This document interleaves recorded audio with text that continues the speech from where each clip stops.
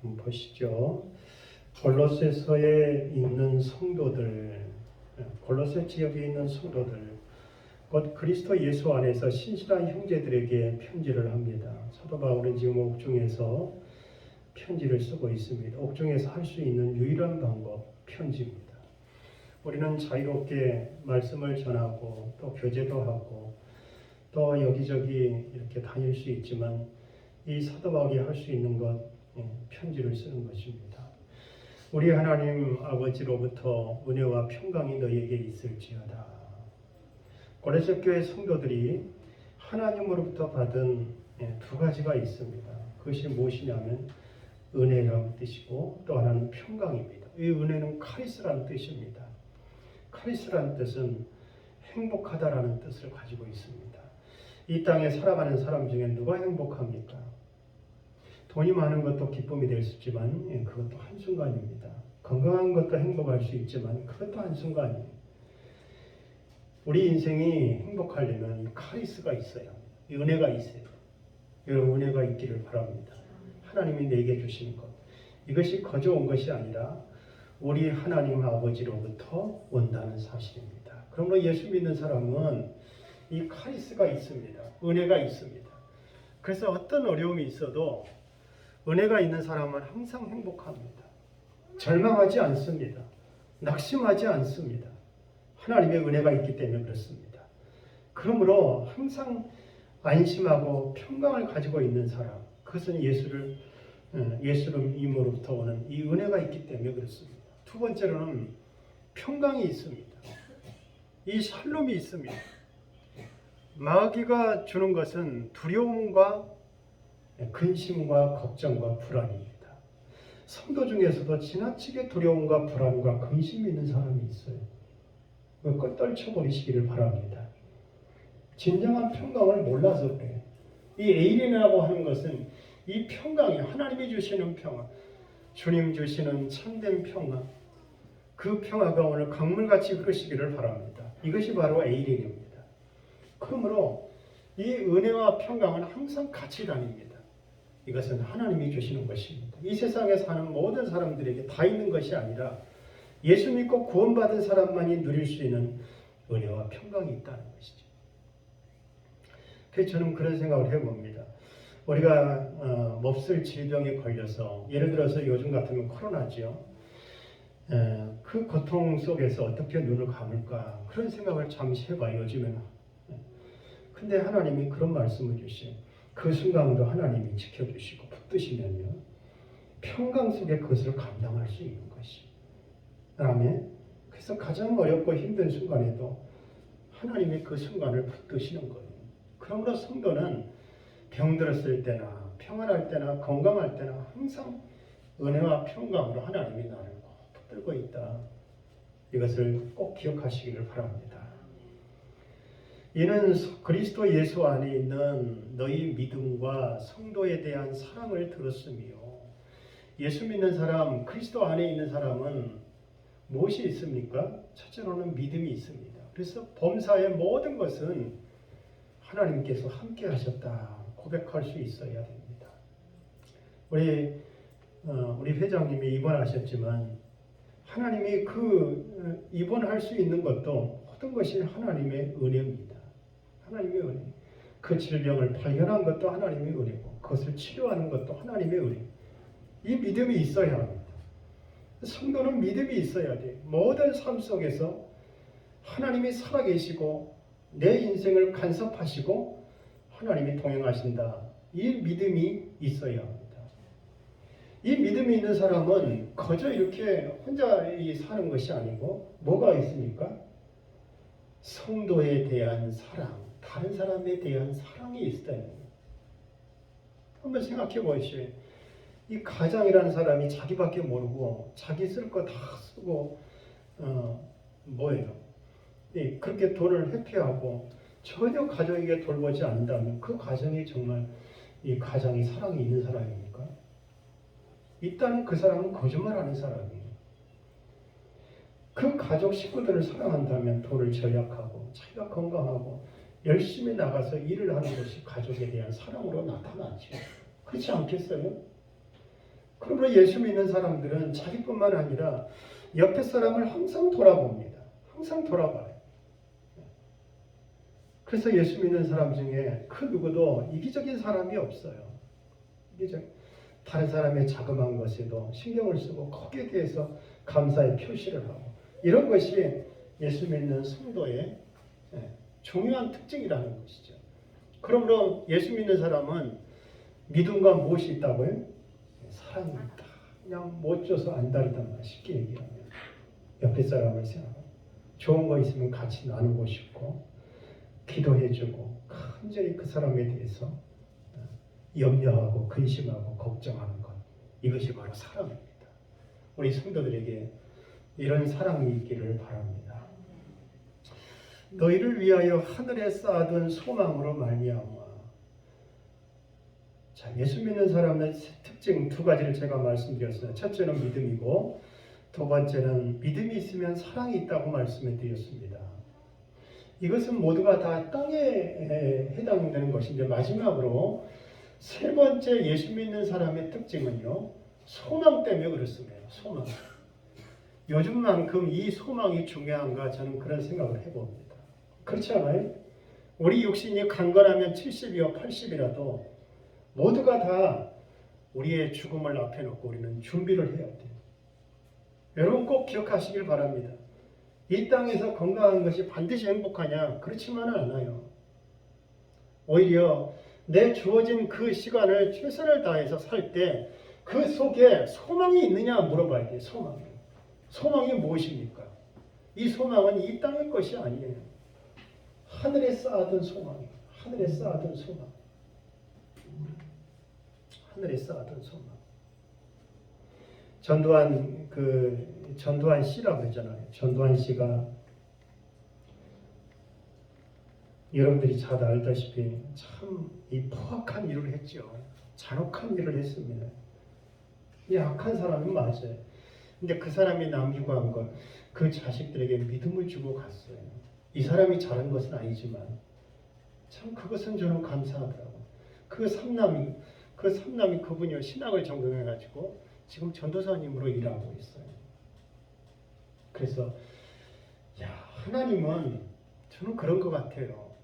우리가 보기에는 참 악한 집안이고 저런 집안은 좀 심판을 받아야 마땅하고 좀 행한 만큼 보응을 받았으면 좋겠는데 그건 우리 생각이고 그렇지 않은 것 같아요. 그 속에서도 하나님은 믿음을 주시고 소망을 주시고, 그래서 참 있는 자식이 나왔잖아요. 참 놀랍죠? 하늘에 쌓아둔 소망. 하늘에 쌓아둔 소망. 이것 때문에 이 땅을 살 수 있는 희망이 있습니다. 예수 믿는 사람은 바로 세 번째, 하늘에 쌓아둔 소망. 우리 성도들에게 이와 같은 은혜가 있기를 바랍니다. 13절 한번 읽어보시죠. 시작. 그가 우리를 흑암의 권세에서 건져내사 그의 사랑의 아들의 나라로. 골로새서는 너무너무 이 말씀들이 진주와 같아요. 파면 팔수록 그 속에 진주가 나옵니다. 참 놀랍죠? 우리를 어디에서 건져냈다고요? 흑암의 권세에서 건져냈대요. 흑암이 무엇입니까? 칠흑같이 어두운 것. 근데 우리 예수 안 믿는 사람들을 놓고 이 흑암이라고 얘기하고 있어요. 내가 전에도 눈 떴고 지금도 눈 떴는데 무슨 흑암이 있었겠는가? 아니요. 칠흑같이 캄캄한 세상에서 나를 그 권세에서 건져낸다. 어떤 권세입니까? 당연히 흑암의 권세니까 마귀의 권세겠죠. 사탄의 권세. 그러므로 우리가 어떤 사람은 그래요. 내가 무슨 예수를 믿냐? 나 지옥 갈래 하는 사람이 이거 한번 보세요. 그 칠흑 같은 사탄이 있는 마귀가 있는 그 지옥에서 영원히 살 수밖에 없다는 것이죠. 이런 권세에서 무슨 희망이 있고 무슨 소망이 있겠어요? 죽음과 아픔과 고통밖에 없죠. 지옥도 마찬가지입니다. 지옥이 왜 고통스럽습니까? 하나님이 계시지 않기 때문에. 그리고 하나님을 더 이상 믿을 수 있는 희망이 없기 때문에 고통스러운 거예요. 그나마 이 땅에서는 예수를 믿고 구원받을 수 있는 시간이 있기 때문에 이 땅에서는 소망이 있습니다. 이 흑암의 권세, 사탄이 주인이 되는 왕노릇하는 이 지옥에 한 번 들어가면 더 이상 희망이 없습니다. 그 속에서 우리를 뭐 했다고요? 건져냈다는 거예요. 그리고 건져내서 가만히 두었느냐? 그게 아니라 그 사랑의 아들의 나라로 옮겼다는 거예요. 이 아들의 나라, 예수 그리스도의 나라, 이 나라는 어떤 나라입니까? 사랑의 나라예요. 사랑의 나라. 그러므로 우리 주님은 사랑이 있습니다. 아멘. 주님은 사랑이 있어요. 우리 주님 생각할 때 사랑을 생각하잖아요. 이 땅에서 우리가 사랑을 누리지 못한 이 굶주림, 목마름 속에서 우리 주님의 나라, 예수님이 주인인 그 나라에는 사랑이 있다는 거예요. 진정한 사랑은 이 나라에서 누리시기를 바랍니다. 하나님은 나를 사랑하시고, 그러므로 예수님을 생각할 때 사랑을 생각하죠. 내가 너를 무궁한 사랑으로 사랑한다. 이 사랑의 나라로 옮겼다는 것입니다. 이스라엘 자손들이요, 광야에서 출애굽할 때 그때 10가지 재앙 중에 이 흑암의 재앙이 있었어요. 흑암의 재앙. 그 애굽에 흑암이 내리는데 그 흑암을 이제 그 얘기를 하는 거예요. 출애굽기 10장에. 그동안은 사람들이 서로 볼 수 없으며 자기 처소에서 일어난 자가 아무도 없어요. 너무너무 칠흑같이 어두우니까 서로 볼 수도 없고 자기 집에서 일어나는 사람이 없어요. 이게 하나님의 재앙입니다. 이 흑암이 이렇게 무서운 거예요. 근데 애굽 사람들은 이렇게 볼 수도 없고 일어날 수도 없어요. 왜? 칠흑같이 어두우니까. 근데 온 이스라엘 자손들이 거주하는 곳에는 뭐가 있었다고요? 빛이 있었더라. 이 빛이 누굽니까? 이 빛이 예수 그리스도입니다. 빛이 있었더라. 예수님이 있는 곳에는 이 생명이 있고 구원이 있고 영생이 있습니다. 이것이 빛입니다. 빛. 이 세상은 흑암과 같은 세상입니다. 아무것도 안 보여요. 본다고 하나 실제로 보지 못하는 이 흑암과 같은 권세에서 지금도 하나님은 그 흑암의 권세에서 사랑의 아들로 옮기는 작업을 지금 하고 있다. 그걸 누가 하느냐? 저희가 하고 있어요. 하나님은 우리를 통해서 지금도 일하고 있습니다. 14절 보시죠. 그 아들 안에서 우리가 속량 곧 죄사함을 얻었도다. 어디서 얻었다고요? 오직 그 아들 안에서. 그 아들 안에서. 주님 안에서만 구원이 있습니다. 예수님 안에서만 죄사함이 있습니다. 이 죄가 어떤 죄입니까? 이 죄를 누가 사랑하냐면 마귀가 사랑해. 죄 있는 곳에는 전부 마귀가 자기에게 끌고 갑니다. 기억하시겠어요? 죄가 있는 사람은 전부 마귀에게 사로잡혀 간단 말이죠. 이것이 죄의 속성이고 무서움입니다. 이 땅에 어느 누구도 이 죄에서 해방될 사람이 없어요. 근데 사탄에게 미어있는 그 인생을 우리 주님이 죄사함을 얻기 위해서, 성령하기 위해서, 다른 말로 하면 구원을 베풀기 위해서 그의 아들 예수 그리스도를 십자가의 죽음으로 내어줬다는 것이죠. 그러므로 우리가 우리 주님의 은혜를 감사하지만 그 구원의 대가는 반드시 우리 주님의 십자가의 죽음이 있었습니다. 이것이 하나님의 사랑입니다. 하나님의 사랑, 죽음이 있었다는 것이죠. 여러분, 지금 코로나로 인해서 사랑하는 식구들이, 사랑하는 자녀가, 사랑하는 부모가 누워 있다고 치죠. 누가 그 환자 곁을 지킬 수 있습니까? 아무도 지킬 수가 없어요. 접근도 못해요.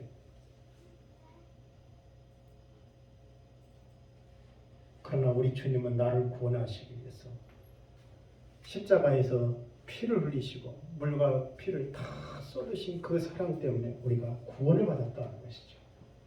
이 사랑이 무엇으로 다 우리가 말할 수 있겠습니까? 그 사랑이 크신 거지요. 15절 한번 보시죠. 그는, 한번 읽어보겠습니다. 시작. 그는 보이지 아니하는 하나님의 형상이요 모든 피조물보다 먼저 나신 이시니라. 참 놀랍죠. 예수 그리스도를 보이지 않지만 누구의 형상이라는 거예요? 하나님의 형상이라는 거예요. 이게 다른 것이에요.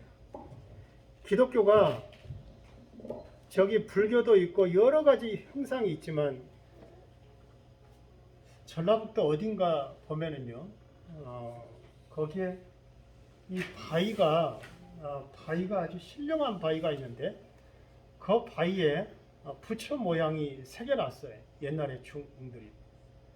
근데 거기 사람들이 경치도 좋고 하니까 어마어마하게 사람이 모이더라고요. 불교의 특징은 꼭 이 사당 앞에, 절 앞에 많은 형상들을 세워. 여러분 보셨죠? 뉴스 TV를 본다든지 보는데.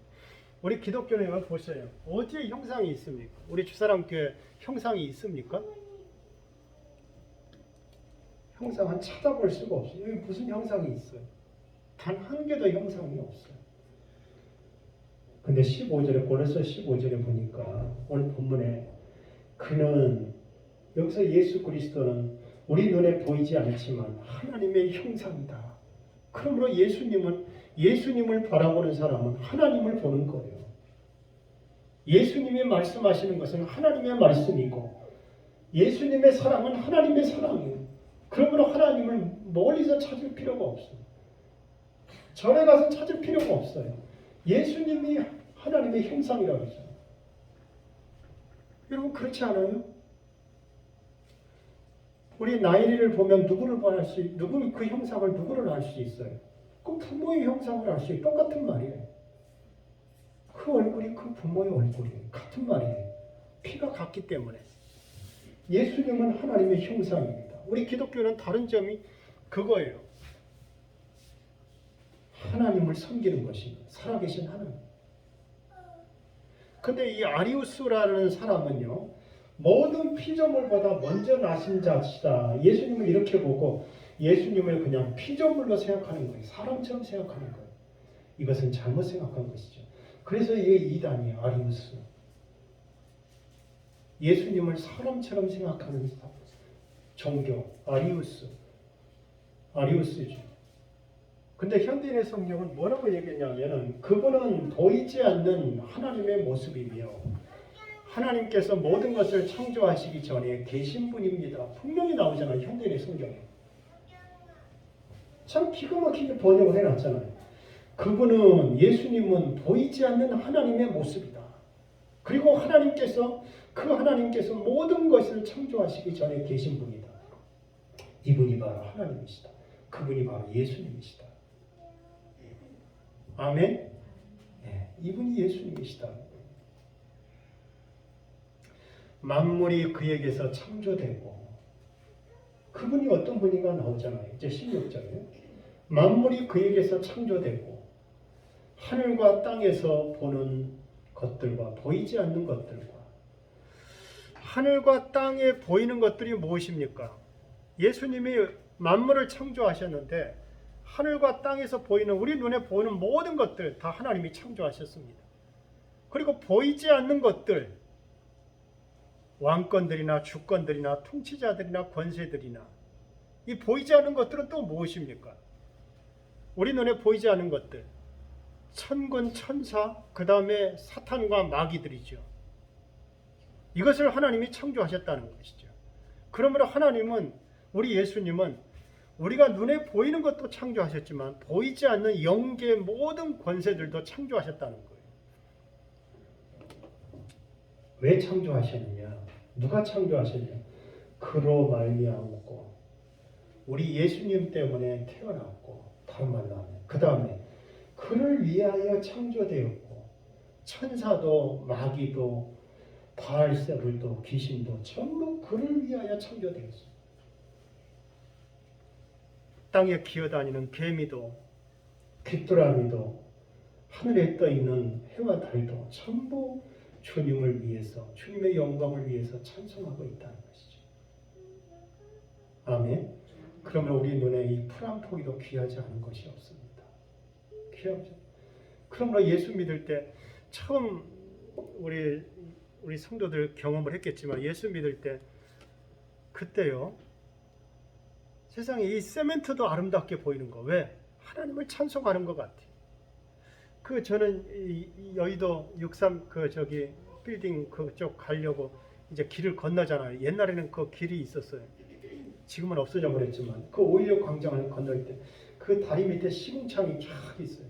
근데 그 시궁창에 그 사이에 피어나는 그 꽃들이요. 세상에 그렇게 아름다울 수가 없어요. 그 시궁창이 뭐가 아름답겠어요. 근데 그 시궁창 속에서도 그 꽃들이 하나님을 찬양하고 예배하는 거. 참 기가 막히죠.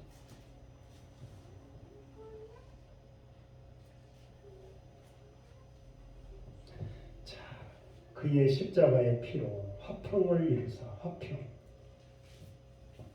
화평을 어떻게 이루었다고요? 진정한 샬롬은 십자가의 피지 무슨 회담이나 무슨 사람 간의 언약이 아닙니다. 십자가의 피. 이스라엘 자손이 하나님과 언약을 맺었습니다. 모세 언약을 맺었지요. 그 다음에 아브라함과의 언약을 맺었습니다. 근데 다 실패했어요. 하나님이 실패한 것이 아니라 사람이 그 언약을 지킬 힘이 없는 거예요. 그것을 누가 이루었냐면 예수님이 십자가의 피로 이루었다는 거죠. 그러므로 십자가의 언약을 믿고 십자가의 피가 있는 사람은 화평하고 화목을 이룬단 말이죠.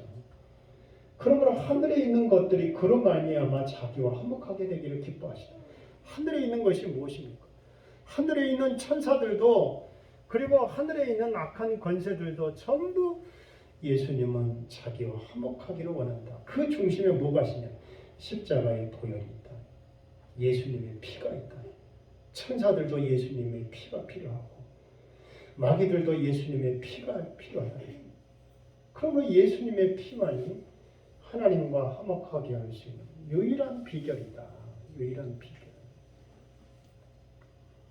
전에 악한 행실로 멀리 떠나 마음으로 원수되었던 너희를 예수 믿기 전에 뭐 했다고요?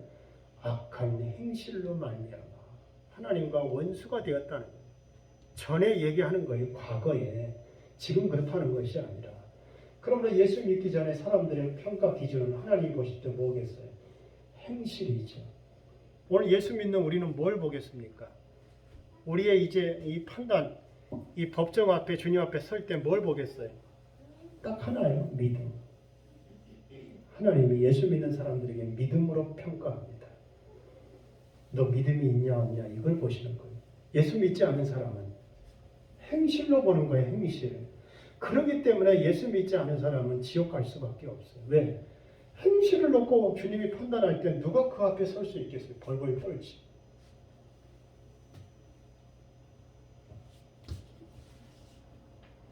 이제는 그의 육체의 죽음으로 말미암아 화목하게 하사 너희를 거룩하고 흠없고 책망할 것이 없는 자로 그 앞에 세우고자 하셨으니 예수님의 그 죽음이 화목하게 할 뿐만 아니라 어떻게 한다고요?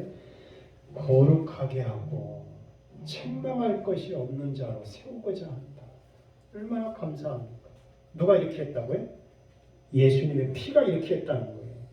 이제 너 과거에 그 더럽고 추악하고 행했던 모든 것을 내가 주님의 피를 보고 너를 구원한다.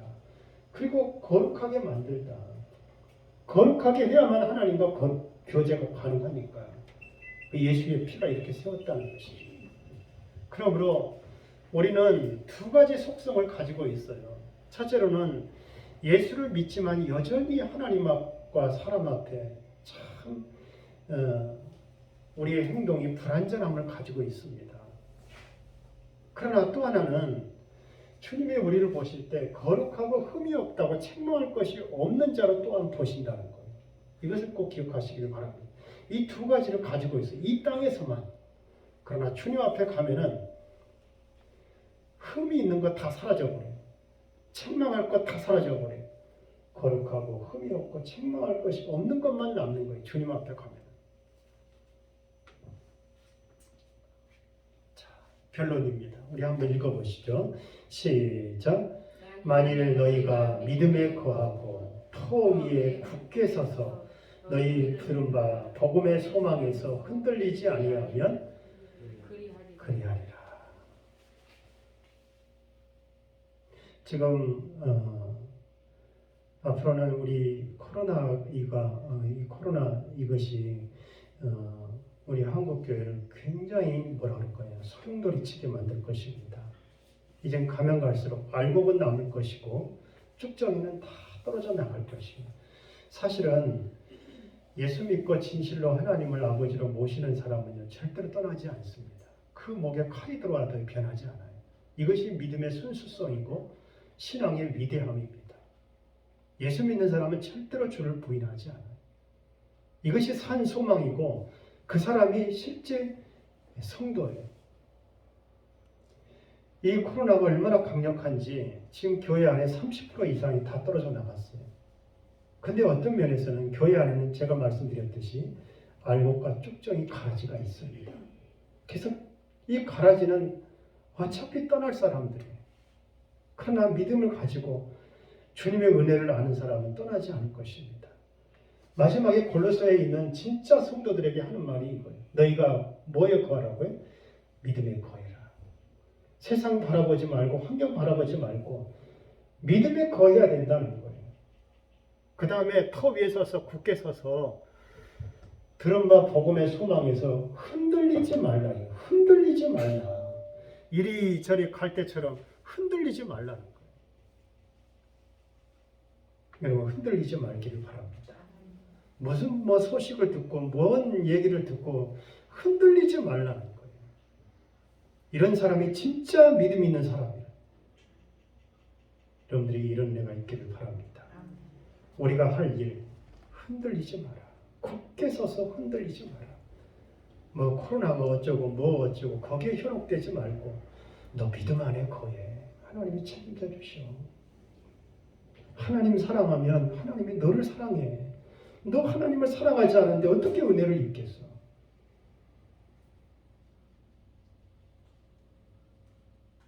그러므로 이 땅에서는 행함으로 복을 받습니다. 이걸 꼭 기억하시길 바랍니다.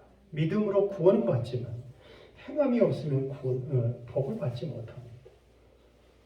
굳게 서서 흔들리지 않은 우리 성도들 되시기를 바랍니다. 기도하겠습니다.